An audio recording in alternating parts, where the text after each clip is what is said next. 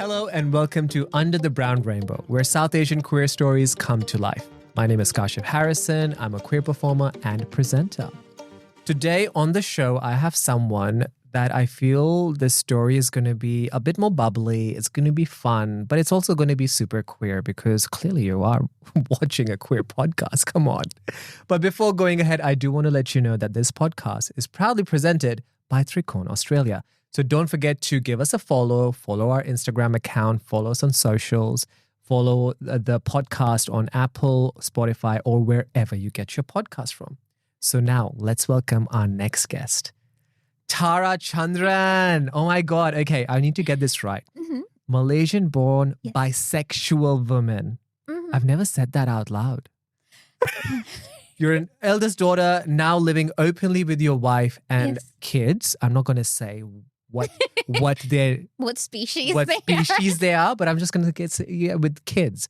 Tara, welcome to Under the Brown Rainbow. Thank you so much. So excited to be here. Yes, and spill some Chai. chai. It's so lovely to see. Can I just say that as a South Asian queer man, I just love when South Asian queer women come out and talk, because we need those voices. Mm. I see all those woman empowerment speeches going on. I see women gathering for women. But when I see South Asian queer people out there, there's less women out there, I feel, and I just want more of them. Not that I want every girl to be lesbian, but I come on, do. you can be. Oh, okay. Oh, just, yeah. Yes, We're a rare breed. you are. Malaysian-born. How long has it been that you've been in Australia? Oh my goodness, this Jan, it's been 16 years. 16 Yeah, years. like half my life. Wow. I know. So let's talk about that, okay? So 16 years. When you first came Mhm. to Australia, were you out or were you in? I think. I definitely was not out. Okay. I didn't even realize I was bi until I was maybe 19, 20. Mm. So for the longest time, I knew I was attracted to guys, but I didn't realize I was attracted to girls. I just found them really beautiful. And I thought it was normal to just stare at pretty girls. Yes. And it wasn't until I was in uni when people were like, Tara, that's kind of fruity. And I was like, what do you mean? Girls are so hot. And they're like, yeah, but we don't want to stare at them all day. And that's when it clicked. I was like, I'm not straight. And Yeah. disclaimer for every millennial watching this podcast, fruity means gay. Do people not say that anymore? People do say that. Okay. But people who are turning 40, 50, they still think fruity means fruit. So talk us through your story. So you had a hunch that, okay, fine, there's something, there, queer. Did you feel like you had to talk it out with your family back then to say that, okay, fine, I'm queer. I might be into women and men. What was that conversation like? It took me a long time before I could have that conversation with my family. Mm. So I actually only came out at 26. Okay. So I spent, almost 7+ years in the closet. Mm. So I realized I was bisexual when I was 19. But I've never been the type of person who's been able to keep things from their family. Mm. So because that wasn't something I felt comfortable sharing with, I kept it to myself. I tried to squash it down and I tried to forget about it. Mm. I tried really hard. My parents are really progressive. They're really open-minded. And I knew that they would be okay with it. I think being the eldest daughter and having been raised in Asia, I just wanted to follow the rules, stickler for the rules.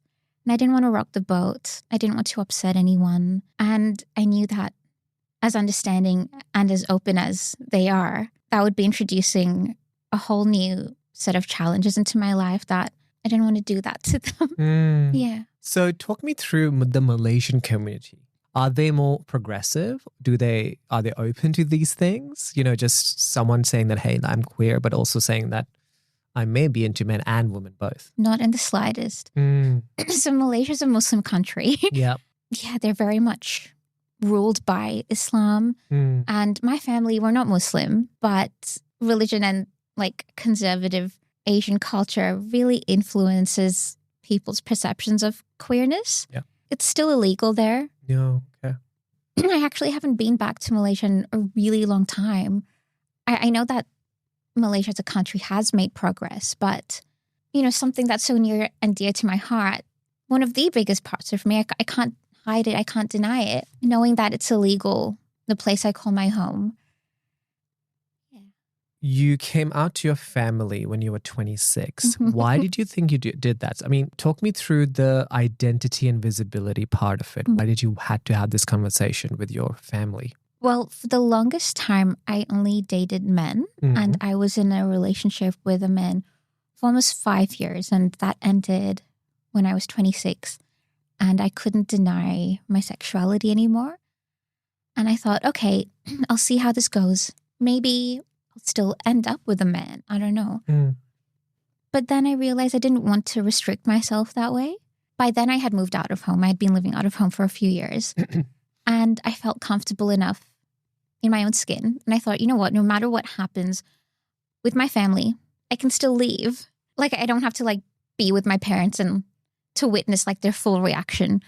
And I was really grateful because it was a bit of a shock to them, but I didn't have to deal with any of that. That's just stay away from the drama. Exactly. And I don't like to keep things. I can't do that. I think it's a bit of a flaw of mine that I'm almost too honest. It's not something I'm ashamed of. I love this about myself, and that's the whole truth. Yeah. Yeah. Part of me knew that they would be okay with it eventually, which they are. I just didn't want to hide it. And I didn't feel like I needed to. What do you think has changed within the queer community in Australia from when you came to, back in 2010? Gay marriage is legal. Hey, yes. Oh my God. Yes. That was really big. I remember voting yes in the plebiscite. And I remember thinking, I don't know why this means so much to me, but it really does. I thought I was just a really strong ally. Little did I know, I was voting yes for my own marriage. So that's changed. And now there's so many more queer POCs. Before this, queerness was a privilege reserved only for white people. That's how, I perceived it anyway. And now queerness is so culturally diverse. And I really love that. When did you first feel that I can breathe here? I remember the first time I felt like I could breathe freely. It was in uni.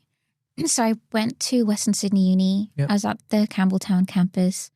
High school was really rough. I did the last 3 years of high school here, and kids thought I was the biggest weirdo.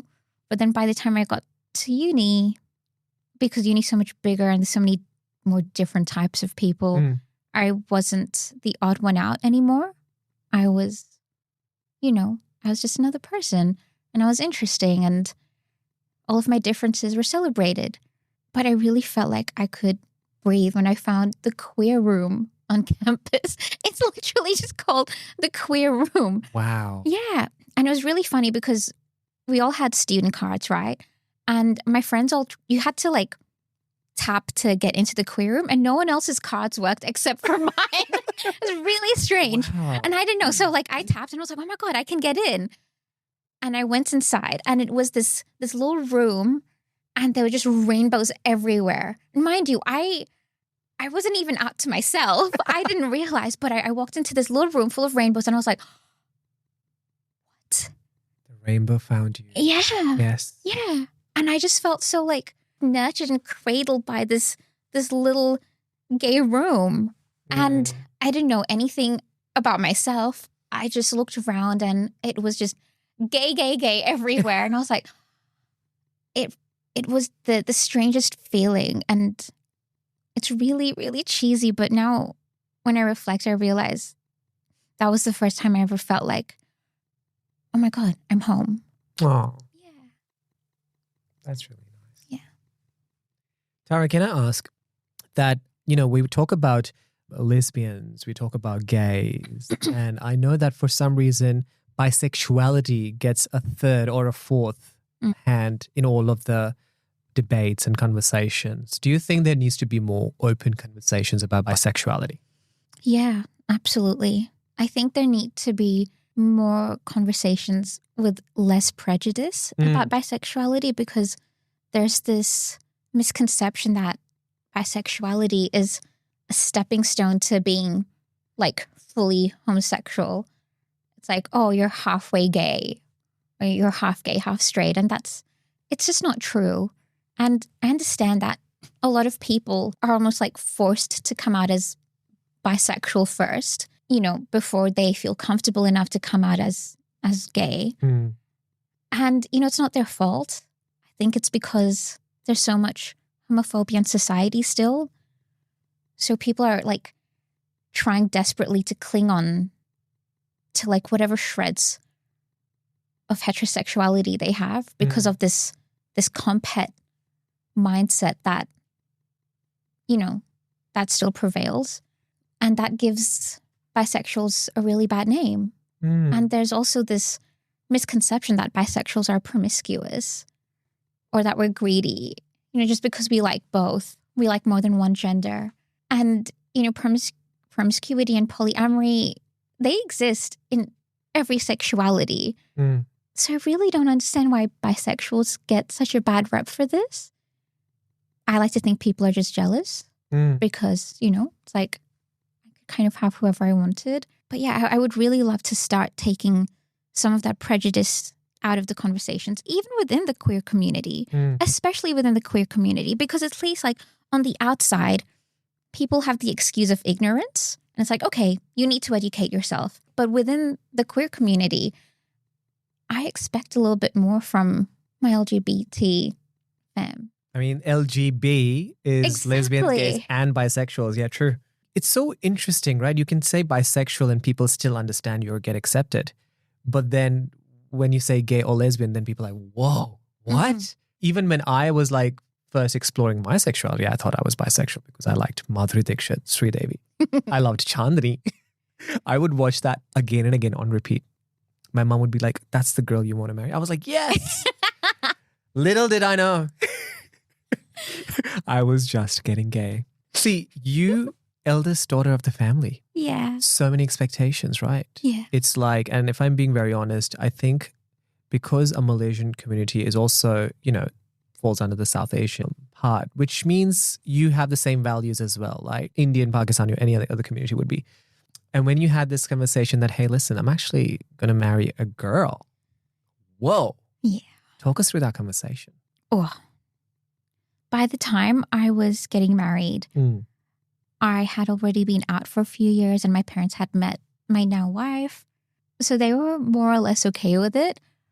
But I think my dad thought it was more of a phase because Kelly and I, we were living together by then. And I remember one day he said to me, he's like, Tara, what is this nonsense? I was like, what nonsense? This is my life. This is my life partner. So, that was really hurtful. But I was lucky enough that I was able to, take some distance from my family.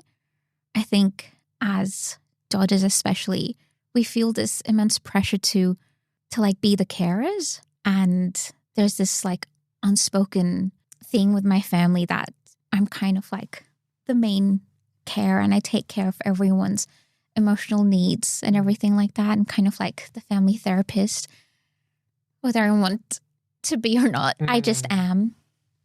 So I had to kind of shed those external expectations and just put myself first, because now it wasn't just, I didn't just have to think of myself. I also had to think of this new family that was forming. And, I thought to myself, I would do anything for my little family. I want to protect my little family. It was just the two of us. But taking that distance was really important. It also helped my parents.